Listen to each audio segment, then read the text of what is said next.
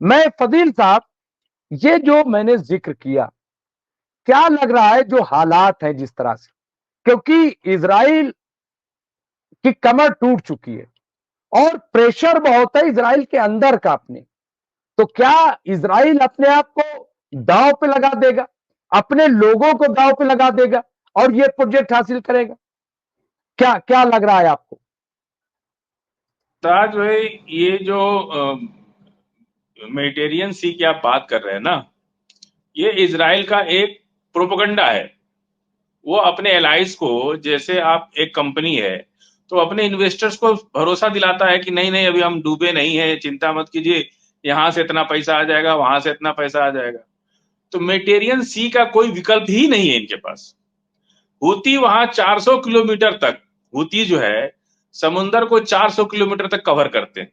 ऐसे कॉर्नर पे वो हुतीज बैठे हुए हैं ना, तो कि वो 400 किलोमीटर समुद्र को कवर करते हैं। तो ये कहीं से अभी भी इनका उस रास्ते से नहीं जा रहा है, इजराइल और अमेरिका दोनों का जहाज। अब वो दूसरे रास्ते से घूम के आ रहा है, जिसमें 2 महीने का समय ज्यादा लगता है और खर्चा भी बहुत बढ़ जाता है, क्योंकि 2 महीना कर्मचारियों की तनख्वाह, फिर जहाज के डीजल और दूसरे एक्सपेंसेस बहुत ज्यादा हो जाते हैं। तो बनिया को तो हर चीज सस्ती चाहिए ना, तभी तो सस्ता बेच पाएगा। इसलिए इनका प्रोडक्ट बहुत महंगा पड़ रहा है। और साउथ एशिया के अंदर और रूस और चाइना के अंदर, चाइना को माल अमेरिका भेजने में कोई दिक्कत नहीं हो रही है, लेकिन अमेरिका से चाइना भेजने में बहुत दिक्कत हो रही है। तो ऐसे भी चाइना से पिट जा रहे हैं मार्केट के हिसाब से। और ये तो अपने इन्वेस्टर्स को, अपने एलाइज जो कंट्री हैं इसराइल पर, जो लोग इसराइल पर दबाव बना रहे हैं कि भाई तुम कुछ करो इस युद्ध का, नहीं तो हम लोग बर्बाद हो जाएंगे। क्योंकि उनकी किसी कंट्री की 2 करोड़ की आबादी है, किसी की 1 करोड़ की है, किसी की 20 लाख 10 लाख की आबादी वाले कंट्री है, छोटे छोटे कंट्री हैं उनके पास। और जीडीपी उनकी बहुत स्ट्रांग है। अगर ऐसे ही खाते रहे तो कितना दिन बैठ के खाएंगे, खत्म हो जाएंगे वो लोग। तो ये तो एक झुंझुना पकड़ा दिया इसराइल ने कि हम ऐसा बनाएंगे। ऐसा नहीं होता है, एक नहर खोद देना बहुत मुश्किल काम होता है। और जो G20 की बैठक हुई थी दिल्ली के अंदर, वो रास्ता भी बहुत टेढ़ा है, उस पर कोई काम नहीं हो रहा है। आप यहां से ईरान जाएंगे, फिर ईरान से बाई रोड जाएंगे, फिर बाई रोड से बाई ट्रेन जाएंगे, बाई ट्रेन से फिर जहाज से जाएंगे, तब आप यूरोप तक पहुंचेंगे। वो सक्सेसफुल नहीं है, चाहे जितनी बातें लोग कर ले।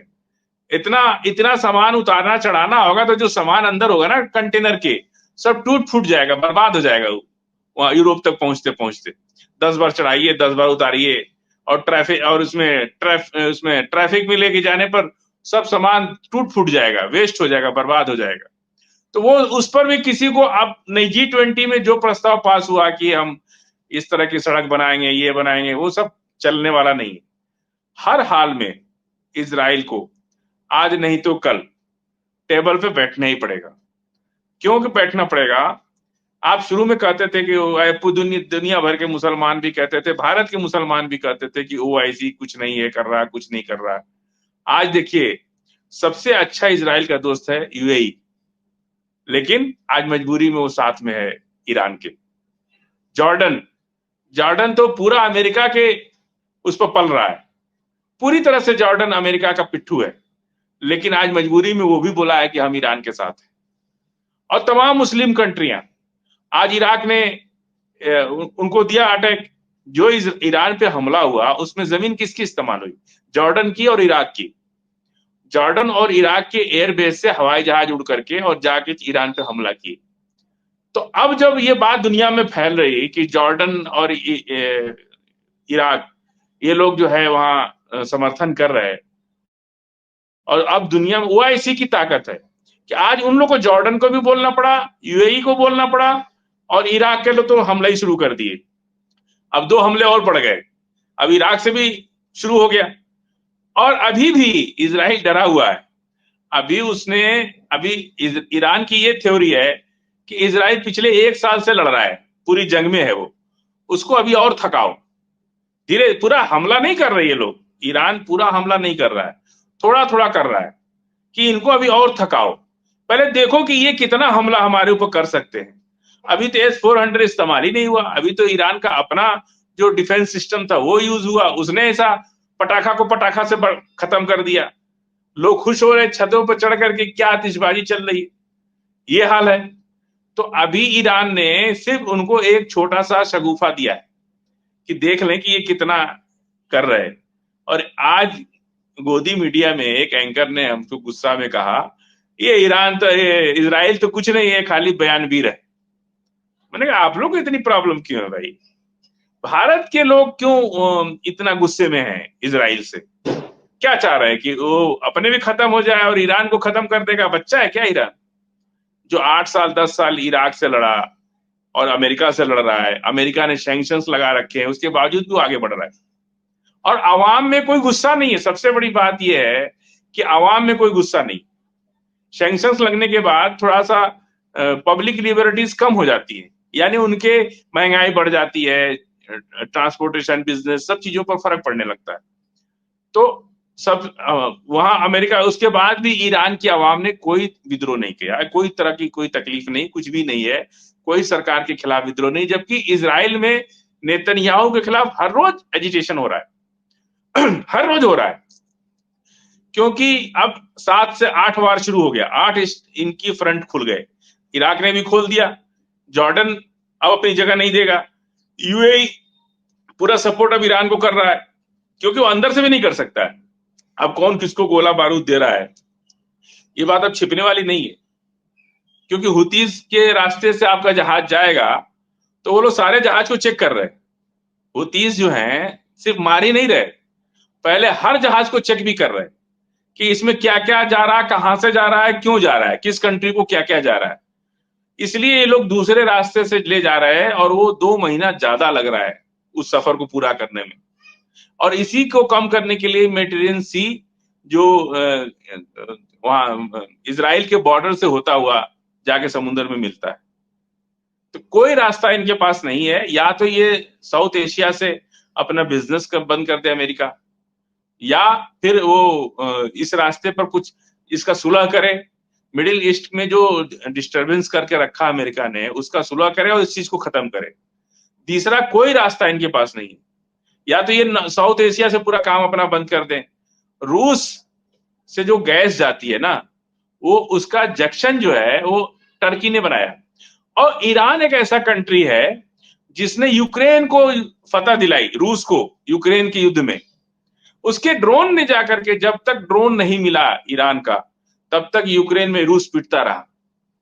इस ड्रोन की, और टर्की का एक ड्रोन शुरू शुरू में लिया, बाद में पहले यूक्रेन ने लिया क्योंकि वो नेटो का सदस्य है, तो यूक्रेन ने लिया। 100 से ज्यादा टैंक रूस के तबाह कर दिए यूक्रेन के टर्की के दिए ड्रोन ने। उसकी खासियत मुमताज भाई क्या थी, बहुत ज्यादा रूस में ठंड पड़ती है, तो 100 से ज्यादा एक लाइन में टैंक खड़े करके और सैनिक जो हैं अंदर बैठ करके और इंजन गर्म करके, इंजन की गर्मी से वो अपने को गर्म कर रहे थे।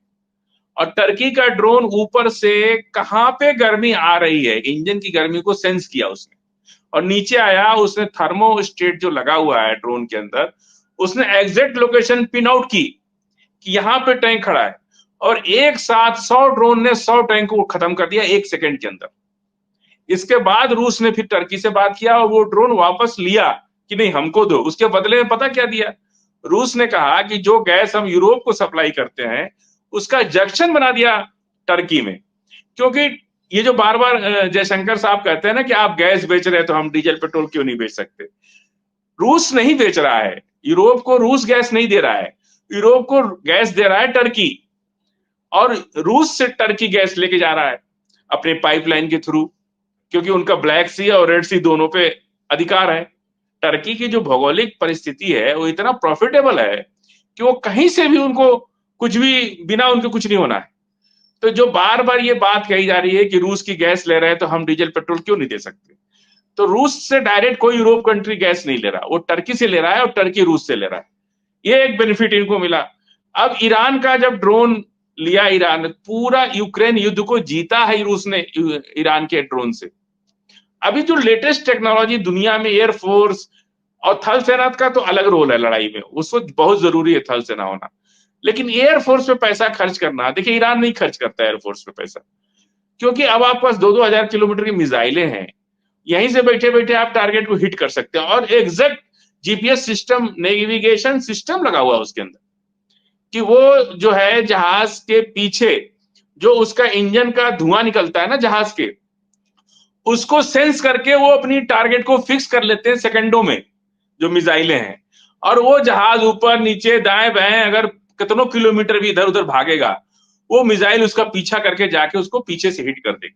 ये टेक्नोलॉजी इनकी है, ईरान की, कि वो पीछे से साइलेंसर से जो धुआं निकल रहा है उस धुएं को सेंस करके, और वो मिसाइल जहां जहां जहाज जाएगा उसी हिसाब से अपनी जीपीआरएस सिस्टम को, नेविगेशन को ऑन करके और उस जहाज को वो हिट कर देगी, चाहे जितना दूर निकल जाए।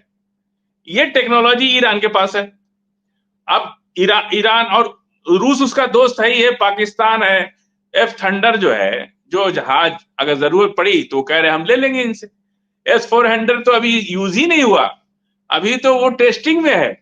अभी तो ये ईरान का अपना डिफेंस सिस्टम ने इसराइल की हवा खराब कर दी, और पूरी दुनिया में अब थू थू हो रही है। अब फिर वही कहूंगा कि रावण जब तक अपनी लंका जलवा नहीं लेगा तब तक चलेगा नहीं, मानेगा नहीं।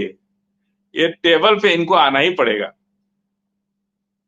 ये बहुत फेमस हो रही है मेरी बात, कि रावण जी अपनी जी लंका जी। जब तक जलवा नहीं लेगा तब तक मानेगा नहीं ये।